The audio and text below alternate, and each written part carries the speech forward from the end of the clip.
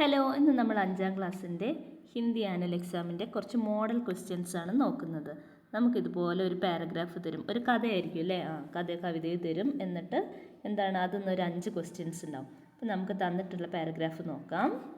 ഏക് ഘോസ്ലെ മേം ഏക് പ്യാരി C ചിടിയ അപ്നെ ബച്ചോं के साथ रहा करती थी.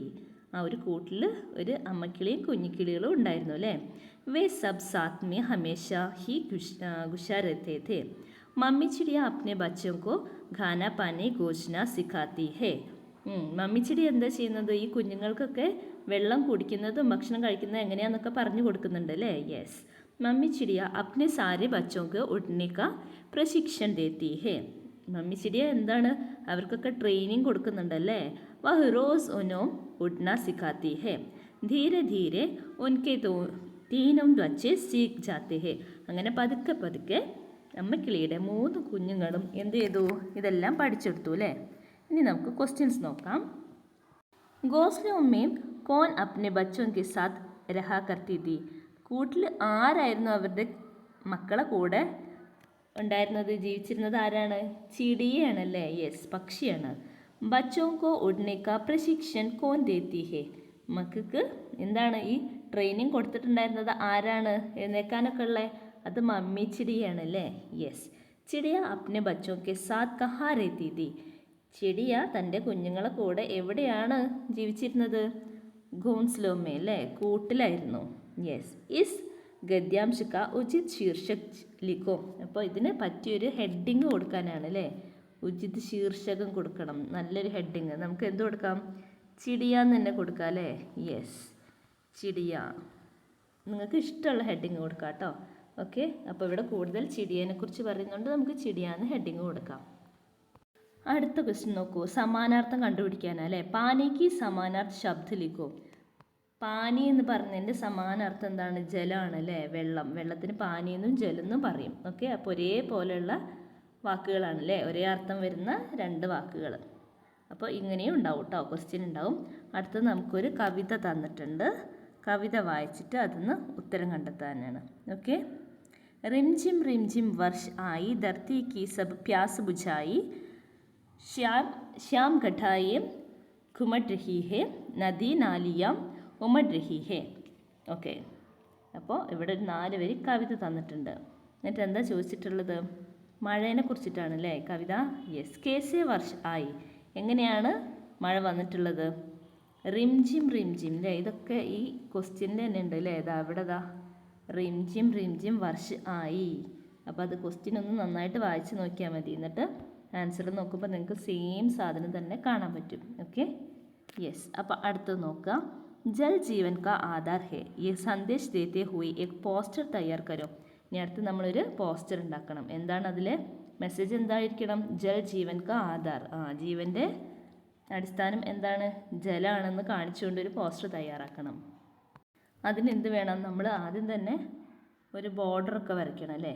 ബോർഡർ വരച്ചിട്ട് നമുക്ക് എന്ത് ചെയ്യാം? വെള്ളത്തുള്ളികൾ ഇങ്ങനെ നിൽക്കുന്ന പോലെയൊക്കെ ചിത്രം വരയ്ക്കണം അല്ലേ. യെസ്. അപ്പോൾ ഒരു പോസ്റ്റർ ആകുമ്പോൾ നല്ലൊരു ബോർഡർ വേണം, പിന്നെ ചിത്രം വേണം, പിന്നെ അതിന് പറ്റിയൊരു കോഡ്സ് അതിലെഴുതണം അല്ലേ. അപ്പോൾ നമുക്ക് എന്ത് എഴുതാം? പാനി അമൂല്യ ഹേ എന്ന് എഴുതാം അല്ലേ. നമ്മളെപ്പോഴും എഴുതുന്ന സാധനം പാനി അമൂല്യ ഹേ,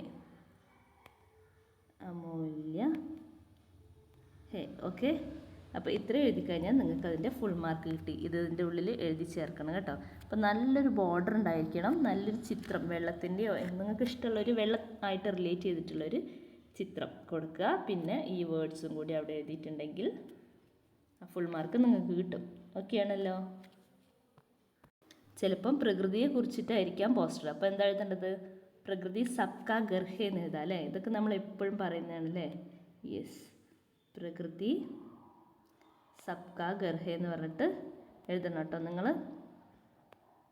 അതാണ് നമ്മളോട് പ്രകൃതിനെ ചോദിച്ചിട്ടുണ്ടെങ്കിൽ അങ്ങനെ എഴുതാം. പിന്നെ അടുത്തത് എന്ത് ചോദിക്കും? അത് ആണ് പ്രകൃതി സബ്കാ ഘർ ഹേ എന്ന് പറഞ്ഞിട്ട് എഴുതാം. അടുത്തത് നിങ്ങളോട് ചിലപ്പം കാടിനെ കുറിച്ച് ചോദിക്കും, ചിലപ്പം പൂക്കളെ കുറിച്ചായിരിക്കും. അപ്പോൾ അതിനൊക്കെ പറ്റിയ കുറച്ച് വേർഡ്സ് നിങ്ങൾ കണ്ടെത്തണം കേട്ടോ. ഓക്കെ, ഇനി അടുത്ത ക്വസ്റ്റ്യൻ നോക്കാം. ഖണ്ഡ് പഠോ പഠേ ഓർ പ്രശ്നോं के उत्तर लिखे. ഓക്കെ, ഉത്തർ ലിഖോ. അപ്പോൾ ഇത് വായിച്ചിട്ട് നമ്മളോട് എന്താ പറഞ്ഞിട്ടുള്ളത്? പ്രശ്നമൊക്കെ ഉത്തർ ലിഖേം, ഉത്തരം എഴുതണം. ദോ സന്ദേരെ थे एक दिन वे घूमने निकले अचानक एक बालू सामने आ गया संदेरों को देख उसके मुंह में पानी आ गया उसने एक संदेरा उठाया संदेरे को जोर से पकड़कर वह गाने ही वाला था कि संदेरे का रस उसकी आंखों में चला गया. ഓക്കെ, അപ്പം നമുക്ക് ഈ കഥ ഓർമ്മ ഉണ്ടാവണം അല്ലേ? ഓർമ്മ ഉണ്ടല്ലോ. ഒരു ദിവസം ഇങ്ങനെ നടക്കാൻ പോയതായിരുന്നു 2 നാരങ്ങ അല്ലേ? അപ്പോഴാണ് ബാലുവിനെ കാണുന്നത്. ഓക്കെ, ഇനി നമുക്ക് എന്താണ്? അപ്പോൾ ബാലു അത് കഴിക്കാൻ വേണ്ടി നിൽക്കുന്നു. അങ്ങനെ ഈ സന്ദേര എടുക്കുമ്പോഴേക്കും അവർ ഓടി രക്ഷപ്പെടാൻ നോക്കുന്നു. അതിൻ്റെ നീര് തെറിക്കുന്നു അല്ലേ? അപ്പോൾ ആ കഥയിൽ നിന്ന് അത്രയും ഭാഗം തന്നിട്ടുണ്ട്. ഇനി നമുക്ക് ക്വസ്റ്റ്യൻസ് നോക്കാം. സന്ദേരയ്ക്ക് സാമനെ കോൻ ആകയ. സന്ദേരസിൻ്റെ അടുത്ത് ആരാണ് വന്നത്? ബാലു ആണല്ലേ വന്നത്? യെസ്, കരടിയാണ് വന്നത്. ഓറഞ്ചിൻ്റെ അടുത്ത് കരടിയാണ് വന്നത്. ഓക്കെ, അടുത്ത് നോക്കൂ. താലികാക്കി സഹായദാസ്യ വാർത്താലാപ്കി പൂർത്തി കരോ. ഓക്കെ, ഇവിടെ ഒരു കോൺവെർസേഷൻ ഉണ്ട് അല്ലേ? വാർത്താലാപ് തന്നിട്ടുണ്ട്. അത് നമ്മളോട് കംപ്ലീറ്റ് ചെയ്യാനാണ് പറഞ്ഞത്. ഓക്കെ, അപ്പോൾ ഇവിടെ സന്ദേര 1, സന്ദേര 2, പിന്നെ ബാലു ഉണ്ട് അല്ലേ? അപ്പോൾ നമുക്കിവിടെ എങ്ങനെ എഴുതാം? അപ്പോൾ ആദ്യം തന്നെ പറയും ദേഖോ ദേഖോ ഏക് ബാലു അല്ലേ? ഇത് ഒന്നാമതായിട്ട് എഴുതാം. ദേഖോ ദേഖോ ഏക് ബാലു, ഒരു കരടി വരുന്നുണ്ട്. അപ്പോൾ അടുത്ത ഓറഞ്ച് ചോദിക്കും, അടുത്ത സന്ദേര ചോദിക്കും കഹ, എവിടെയാണെന്ന് ചോദിക്കും അല്ലേ? അപ്പോൾ എന്നിട്ട് പറയും വഹ് കിസ്കെ ലിയെ ആയാ ഹോഗ, അത് ആർക്ക് വേണ്ടി വന്നതായിരിക്കും അല്ലേ? അപ്പോൾ എന്താണ്? ആര് വരും? അപ്പോൾ നമ്മുടെ ബാലു വന്നിട്ട് പറയും വാ കിത്ന സുന്ദർ സന്ദേര അല്ലേ? എന്ത് ഭംഗിയുള്ള സന്ദേരയാണെന്ന് പറയും. അപ്പോഴേക്ക് ഇവരെന്ത് പറയും? അവർ ധോടെ ധോടെ എന്ന് പറയും അല്ലേ? റൺ റൺ എന്നാണ് പറയുന്നത് അല്ലേ?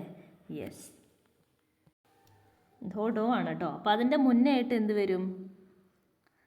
അതിൻ്റെ മുന്നേ ഇവരെ പിടിക്കാൻ വേണ്ടി ശ്രമിക്കുന്നുണ്ട് അല്ലേ? അപ്പോൾ മുജേ ചോടോ എന്നെ വിടൂ എന്ന് പറയുന്നുണ്ട്. അപ്പോൾ ബാലു എന്ന് പറയും തുമ്മേ ചോടുങ്ക നഹി, നിന്നെ ഞാൻ വിടില്ല എന്ന് പറയും. വിടില്ല എന്ന് പറഞ്ഞിട്ട് അവർ പിന്നെ എന്ത് പറയും? ധോഡോ എന്ന് പറയും. വിടൂ അല്ല സോറി, ധോഡോ ഇങ്ങനെ എന്താണ്? റൺ ഓടാൻ വേണ്ടിയിട്ട് പറയും. ഓക്കെ, അപ്പോൾ ഇത്രയാണ്. ഇങ്ങനെ നമുക്ക് ഓർഡർ തെറ്റിച്ച് കൊടുക്കും. അപ്പോൾ നമ്മളത് ഓർഡറാക്കി വാർത്താലാപ് കംപ്ലീറ്റ് ചെയ്യണം. അടുത്തതൊരു പോയം തന്നിട്ടുണ്ട് അല്ലേ? ഹവാ ഗുൽക്കോ ചോട് കെ ഭാലി सोती धूल अचानक जागी उड़ी हवा के पीछे पीछे हवा हो गई धूल के नीचे धूल गोचती आंखों नीचे ढाए भाए आंखें पीछे हवा चल रही सांसें खींचे नीचे नीचे गूल के नीचे. ഓക്കെ, ധൂൽ के नीचे, ധൂലാണ് കേട്ടോ. ഓക്കെ, അപ്പോൾ ആദ്യത്തെ ക്വസ്റ്റ്യൻ നോക്കാം. നിമ്നലിഖിത് ആശയ വാലി പങ്ക്തിയും കവിതാസെ ചുൻകർ ലിഖും. അപ്പോൾ ഒരേ അർത്ഥം വരുന്നത് നമ്മളോട് ഈ വരിയിൽ നിന്ന് നോക്കി എഴുതാനാണ് പറഞ്ഞിട്ടുള്ളത്. എന്താണ്? ധൂൽ ആങ്കോം ബന്ദ് ഗോസ്തി തീ ഹവ ധൂൽ കെ നീച്ചെ ചൽ രഹി തീ. അപ്പോൾ ഇതിന് സമാനാർത്ഥമുള്ള വരി ഏതാണ്? പൊടി കണ്ണടച്ച് എന്താണ് തിരഞ്ഞുകൊണ്ടിരിക്കുക അല്ലേ? യെസ്, അതാണ് ധൂൽ ആങ്കോം ബന്ദ് കർ ഗോസ്തി തീ. അടുത്ത എന്താ? ഹവ ധൂൽ കെ നീച്ചെ ചൽ രഹി തീ, അത് പൊടിക്ക് താഴെ കാറ്റ് വീശുന്നു. അപ്പോൾ ഇങ്ങനെയുള്ള വരി നമുക്ക് തിരഞ്ഞു നോക്കാം. ഓക്കെ, എവിടെ? ഇവിടെ കിട്ടിയല്ലോ. ഇതാ ഗൂൽ ഗോസ്തി ആങ്കോ മീച്ചെ അല്ലേ? യെസ്, അതെഴുതാം. പിന്നെന്താണ്? നീച്ചെ നീച്ചെ നീച്ചെ നീച്ചെ ധൂൽ കെ നീച്ചെ, ധൂലാണ്. ധൂൽ ഗോസ്തി ആങ്കോ മീച്ചെ നീച്ചെ നീച്ചെ ധൂൽ കെ നീച്ചെ. ഓക്കെ, അപ്പോൾ ആ 2 വരികളാണ് കേട്ടോ അതേ ആശയം വരുന്നത്. ഇനി അടുത്തത് നോക്കാം. ഉചിത് ജോഡി ചുൻകർ ലിഖും. ഓക്കെ, അപ്പോൾ ഇതിന് പറ്റിയത് ജോഡി എഴുതാനാണ് പറഞ്ഞിട്ടുള്ളത്. ഹവ ധൂൽക്കോ എന്താണ് പറയേണ്ടത്? ഹവ ധൂൽക്കോ ഇതിലേത് വരും?